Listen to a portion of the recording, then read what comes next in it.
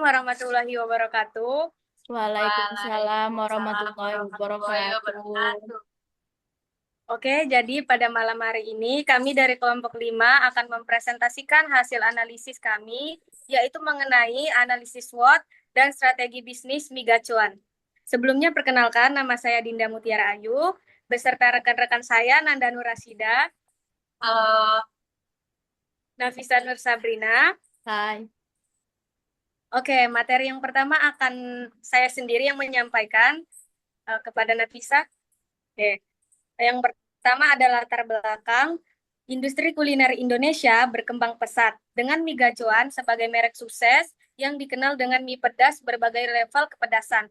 Namun, mie gacoan menghadapi tantangan seperti persaingan ketat, perubahan preferensi konsumen, dan fluktuasi harga bahan baku. Untuk mempertahankan keberlanjutan, dibutuhkan strategi bisnis yang tepat, salah satunya melalui analisis SWOT. Strategi diferensiasi dan biaya rendah dapat membantu mie gacoan tetap kompetitif dengan menggunakan brand, ekspansi pasar, dan inovasi produk. Yang kedua itu ada rumusan masalah. Rumusan yang masalah yang pertama itu ialah bagaimana analisis SWOT terhadap usaha mie gacoan. Menganalisis SWOT usaha mie gacoan termasuk mengidentifikasi kekuatan, kelemahan, peluang, dan ancaman yang mempengaruhi perkembangan bisnis. Yang kedua itu ada strategi apa yang saat ini diterapkan oleh mie gacoan untuk tetap bersaing di industri kuliner. Menganalisis strategi yang saat ini diterapkan oleh mie gacoan dalam menjaga daya saing di industri kuliner. Mohon maaf, saya ulangi. Menganalisis strategi yang saat ini diterapkan oleh mie gacoan dalam menjaga daya saing di industri kuliner, baik dari segi pemasaran, operasional, maupun inovasi produk. Yang ketiga itu ada apa tujuan yang sebaiknya dicapai oleh mie gacoan dalam 2 tahun ke depan. Menentukan tujuan bisnis yang harus dicapai oleh mie gacoan dalam 2 tahun ke depan seperti ekspansi pasar, peningkatan kepuasan pelanggan, dan penguatan merek. Yang terakhir itu ada apa tujuan yang sebaiknya dicapai oleh mie gacoan dalam 2 tahun ke depan. Menentukan tujuan bisnis yang harus dicapai oleh mie gacoan dalam 2 tahun ke depan seperti ekspansi pasar, peningkatan kepuasan pelanggan, dan penggunaan penguatan merek. Dan selanjutnya, oke, selanjutnya itu ada kajian teori bab 2, manajemen strategis. Manajemen strategis adalah proses perencanaan, pelaksanaan, dan evaluasi keputusan untuk mencapai tujuan jangka panjang. Wellen and Hanger 2018, menurut David 2020. Manajemen strategis terdiri dari formulasi, implementasi, dan evaluasi strategi. Dalam bisnis kuliner seperti mie gacoan, manajemen strategis penting untuk menghadapi persaingan dan pengembangan bisnis berkelanjutan. Branch and Robinson 2019 menyebutkan bahwa manajemen strategis melibatkan analisis faktor internal, sumber daya, dan kapabilitas, dan eksternal, pasar, regulasi, dan tren industri.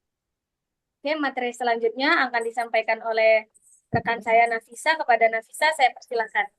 Oke, baik. Di pembahasan analisis SWOT itu sendiri merupakan metode untuk mengevaluasi faktor internal dan eksternal yang mempengaruhi keberhasilan usaha. Itu menurut Gurel dan Endet 2017 diperkenalkan oleh Albert Humphrey pada 1960-an.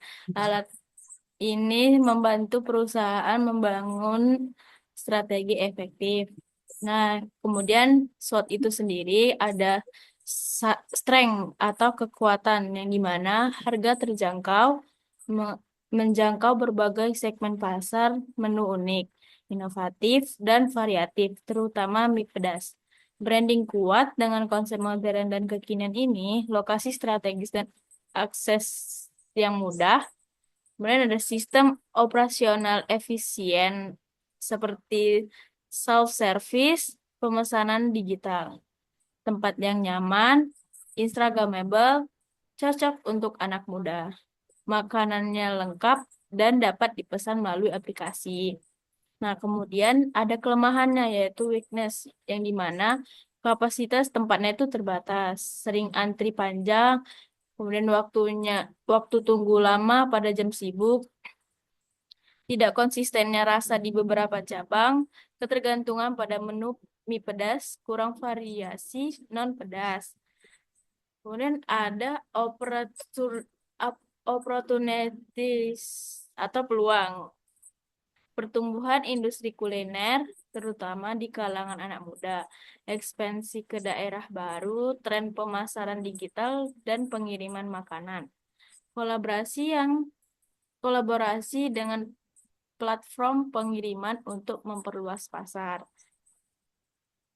Kemudian yang terakhir ada threats atau ancaman yang dimana persaingan dengan harga lebih murah dan kualitas lebih baik.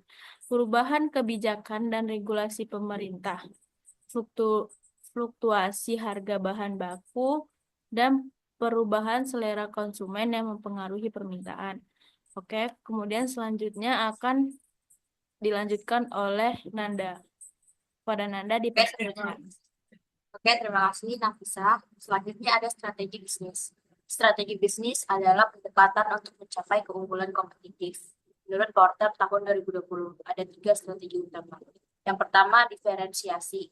Menciptakan keunikan dalam produk atau layanan untuk menarik pelanggan dari Kotler and Keller 2021. Yang kedua, ada kepemimpinan biaya, yaitu menekan biaya produksi untuk menawarkan harga lebih kompetitif. Fokus pada efisiensi dari Hill dan Jones 2017. Yang ketiga ada fokus, yaitu menargetkan segmen pasar tertentu dengan produk atau layanan yang spesifik dari Midbrooks et al. 2005. Selanjutnya ada tujuan dan strategi pengembangan usaha. Tujuan bisnis harus smart, spesifik, measurable, achievable, relevant, time-bound untuk mendukung pertumbuhan berkelanjutan dari Kotler dan Keller 2021. Beberapa tujuan Migacuan dalam 2 tahun ke depan meliputi ekspansi ke kota besar di Indonesia, meningkatkan kepuasan pelanggan melalui inovasi menu dan layanan, memperkuat pemasaran digital, strategi untuk mencapainya, ekspansi cabang baru di lokasi strategis, inovasi produk sesuai selera pelanggan, peningkatan layanan dengan sistem reservasi dan program loyalitas, optimalisasi pemasaran digital lewat media sosial dan aplikasi. Selanjutnya, ada implementasi strategi, yaitu implementasi strategi adalah tahap di mana perencanaan diubah menjadi tindakan nyata. Menurut Kaplan dan Norton 2019, implementasi strategi harus disertai dengan pengukuran kinerja menggunakan balance scorecard yang mencakup 4 perspektif. Yang pertama ada keuangan, meningkatkan profitabilitas melalui strategi harga dan efisiensi biaya. Kedua, pelanggan, meningkatkan kepuasan pelanggan dengan layanan yang lebih baik. Yang ketiga, proses bisnis internal, meningkatkan efisiensi operasional dalam produksi dan distribusi. Yang keempat, pembelajaran dan pertumbuhan, meningkatkan kompetensi karyawan melalui pelatihan dan inovasi. Baik, saya kembalikan ke moderator. Oke, ke slide selanjutnya, yaitu ada kesimpulan. Jadi, kesimpulan dari materi yang kami sampaikan pada malam hari ini ialah berdasarkan analisis SWOT, Migacuan memiliki keunggulan kompetitif seperti harga terjangkau, konsepnya yang modern, dan produk inovatif yang menarik konsumen. Namun, ada tantangan yang dihadapi oleh bisnis migacuan tersebut seperti persaingan ketat dan fluktuasi harga bahan baku perlu dikelola dengan strategi yang tepat. Strategi yang diterapkan migacuan menyangkut memanfaatkan kekuatan untuk meraih peluang, mengatasi kelemahan melalui inovasi layanan, dan meningkatkan kualitas untuk menghadapi ancaman persaingan. Dengan pemasaran yang kuat dan ekspansi yang terencana, Migacuan dapat terus berkembang dan mempertahankan posisinya sebagai merek kuliner terbuka di Indonesia. Oke guys, jadi itu materi yang kami sampaikan dari kelompok 5.